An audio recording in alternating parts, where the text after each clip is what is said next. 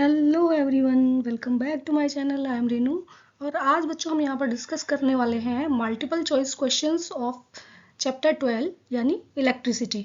So let's we start our questions. हम उनको discuss करेंगे वन बाय वन।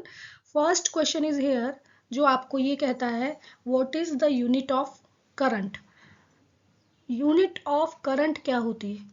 तो यूनिट ऑफ करंट आपको मालूम है, current is always measured in ampere. तो यहाँ पर जो यूनिट हम देख पा रहे हैं वो option D is right. Clear. Next question बच्चों हम यहाँ पर देख लेते हैं। The work done in moving a unit charge across 2 points in an electric circuit is known as.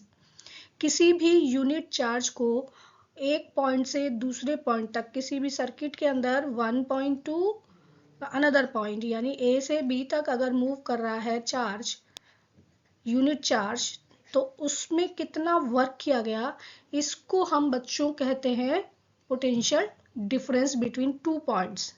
ठीक है, तो यहाँ पर जो राइट आंसर होगा, the work done is moving a unit charge across 2 points in an electric circuit, this is known as potential difference. ये जो definition है ये एग्जाम पॉइंट ऑफ व्यू से शॉर्ट क्वेश्चंस में भी पूछी जा सकती है, तो आप इसको अच्छे से लर्न करिएगा। The right option is D here.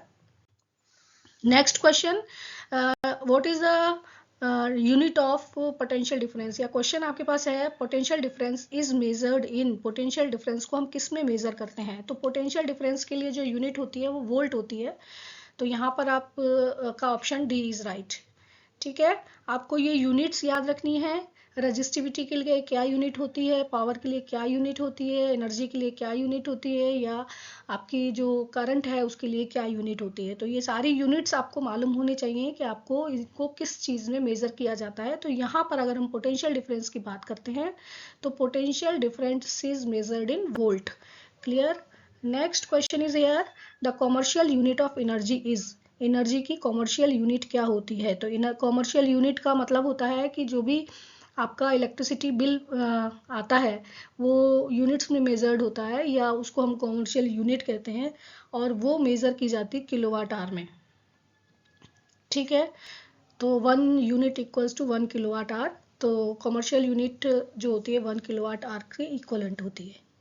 Next question, variable resistance is called. Variable resistance को क्या कहते हैं? तो आप अगर रिकॉल करें चैप्टर जब आपने रीड किया है तो ये जो सिंबल है ये वेरिएबल रेजिस्टेंस के लिए होता है, एंड वेरिएबल रेजिस्टेंस को हम रियोस्टेट कहते हैं।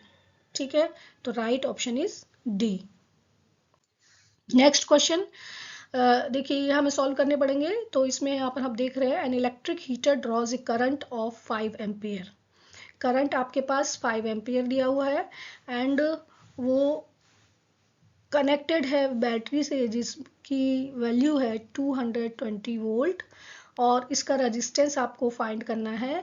तो ओम्स लॉ के अकॉर्डिंग V अपॉन आई आप इसको कर दीजिए, एंड 220 अपॉन 5 जब आप इसको सॉल्व करेंगे तो answer is 44। So second answer is right, 44 ohm. Clear. What is the resistance of an ammeter. Ammeter जो होता है वो करंट मेजर करने के लिए यूज किया जाता है किसी भी सर्किट के अंदर कि how much amount of current is flow in this given circuit.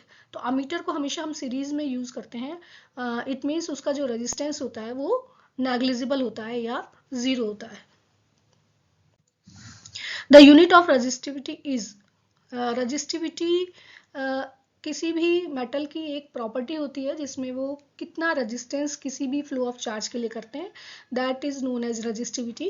And resistivity को हम रो से डिनोट करते हैं, ये तो आपको मालूम है। इसके लिए जो यूनिट होती है वो क्या होती है? Ohm into metre. So right option A. Resistivity of metallic wire depends on. Metallic wire की जो रजिस्टिविटी होती है वो किस चीज़ के ऊपर डिपेंड होती है? एक्चुअल में वो लेंथ पर डिपेंड नहीं करती, शेप पर डिपेंड नहीं करती, थिकनेस पर भी डिपेंड नहीं करती है। तो हमारे पास जो ऑप्शन है that is nature of material, and it is also depend on the temperature. ठीक है, तो यहाँ पर सिर्फ हमारे पास ऑप्शन डी है, नेचर ऑफ मटेरियल। तो right answer is D. Next question फिर से हमें सॉल्व करना है। What is the power of bulb? देखिए हमको गिवन क्या है, an electric bulb is connected to 220 volt generator. तो V आपको दिया हुआ है 220 वोल्ट, करंट यहाँ पर आपको दिया है I 0.50 एम्पियर और P equals to VI। Clear? ये हमारे पास फॉर्मूला होता है पावर के लिए, और इसको आप फाइंड करते हैं तो वो आप चैप्टर का जब रिवीजन करेंगे तो आपको ये पता चलेगा कि ये जो वैल्यू हमारे पास वो किस तरह से आई है। यहाँ पर अगर हम इनको मल्टीप्लाई करते हैं, देखिए 220 इंटू 0.50, तो आप यहाँ पर इसको जब सॉल्व करेंगे तो आपके पास वैल्यू आएगी 110। ठीक है, तो 110 volt, right answer is 110 volt. Next, heating element of an electric iron. Electric iron का जो हीटिंग एलिमेंट होता है वो किससे बना होता है? तो देखिए जो भी हीटिंग एलिमेंट्स होते हैं, चाहे वो आयरन हो या गीजर हो या वो और कोई इलेक्ट्रिकल अप्लायंसेज होते हैं, वो हमेशा किससे बनाए जाते हैं? एलॉय से बनाए जाते हैं। तो यहाँ पर आप देखिए कॉपर मेटल है, सिल्वर मेटल है, एल्यूमिनियम भी मेटल है। यहाँ पर जो एलॉय का नाम दिया हुआ है that is nichrome. So right answer is nichrome. 1 millivolt is equal to, 1 millivolt किसके इक्वलेंट होता है? तो 1 MV equals to 1 upon 1000 and it means this is equal to this. तो हमारे पास ऑप्शन हम देख लेते हैं, 10 volt, 100 volt, 0.01 volt. No, option D is right, this is 0.001 volt. Clear? What is the maximum resistance which can be made using 5 resistors each of 1 upon 5 R? ठीक है, मैक्सिमम रेजिस्टेंस पूछा देखिए इस क्वेश्चन में। एंड आप जानते हैं कि मैक्सिमम रेजिस्टेंस जब आता है तो सीरीज कॉम्बिनेशन होता है। मिनिमम कहाँ पर आता है?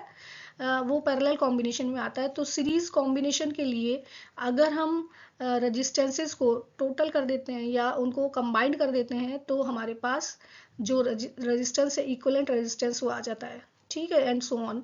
तो यहाँ पर आपके पास 5 रजिस्टर्स हैं जो कि 1/5 हैं। तो 1/5 प्लस 1/5 प्लस 1/5, ये पैरेलल कॉम्बिनेशन नहीं है, इसकी वैल्यू ही 1/5 आ रहा है। ठीक है, तो यहाँ पर इनको आप सिर्फ आपको इनको प्लस करना है, plus 1/5, LCM is 5 and 1 plus 1 plus 1 plus 1। तो इस तरह से ये इक्वलेंट टू 5/5 आ जाता है। और 5/5 की वैल्यू अगर आप फाइंड करते हैं तो 1 ओम। ठीक है, this is equivalent to 1 ohm and the right answer is D. Clear? देखिए यहाँ पर ये जो हमने 1/5 वैल्यू ली है ना, ये पैरेलल कॉम्बिनेशन नहीं यूज किया है। यहाँ पर हमने सिर्फ सीरीज कॉम्बिनेशन यूज किया है। R equals to R1 plus R2, R5 तक है। और हर रजिस्टर्स की वैल्यू जो है, यानी कि R1 की वैल्यू, R1, R2, R5, ये ऐसे सब की वैल्यू 1/5 R है। इसलिए ये आपको ऐसा लग रहा है कि ये हमने पैरेलल कॉम्बिनेशन में किया, लेकिन एक्चुअल में ये सीरीज कॉम्बिनेशन हमने यूज किया यहाँ पर। नेक्स्ट हम बात कर रहे हैं बच्चों, 3 रजिस्टर है हमारे पास, 1 ओम, 2 ओम एंड 3 ओम। ये कनेक्टेड है पैरेलल से। तो इनका कंबाइंड रेजिस्टेंस क्या होगा? तो आपको मालूम है कंबाइंड रेजिस्टेंस पैरेलल के लिए होता है 1/R equals to 1/R1 plus 1/R2 plus 1/R3। और इस केस में अगर हम इन वैल्यूज को पुट करते हैं तो हमारे पास जो वैल्यू आती है, ये इसको सॉल्व कर लेते हैं हम। और जब हम इसको सॉल्व कर रहे हैं तो देखिए आपके पास वैल्यूज जो आ रही हैं वो आप इस तरह से सॉल्व करके निकालेंगे। तो ये आपके पास जो वैल्यू आएगी 1/R की वैल्यू होगी एंड R इक्वल्स टू 6/11। जब इसको सॉल्व करेंगे हम तो इसकी वैल्यू आती है 0.5। ठीक है, ये हो जाता है। तो यहाँ पर अगर हम ये ऑप्शन सर्च आउट करें तो ये ऑप्शन हमारे पास कहीं नहीं है, लेकिन हमारे पास एक ऑप्शन है लेस देन 1 ओम।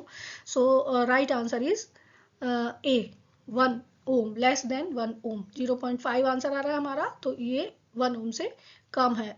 ठीक है, नेक्स्ट जो लास्ट क्वेश्चन है हमारा, that is an electric fuse works on which principle. Electric fuse किस प्रिंसिपल पर वर्क करता है? Magnetic effect of electric current? No. Chemical effect of electric current, no. Heating effect of electric current, actual में this is option C is right. Heating effect of electric current पर electric fuse work करता है. सो it is all about this video. Thanks for watching this. And next जो हम लेने वाले हैं वो है magnetic effect of electric current. तो आप उससे जुड़े रहिए और ये इस वीडियो को सब्सक्राइब करिए, ज़्यादा से ज़्यादा आप इसको शेयर करिए और कमेंट भी करिए. आपके वैल्यूएबल कमेंट्स का मुझे वेट रहेगा. Okay, thanks for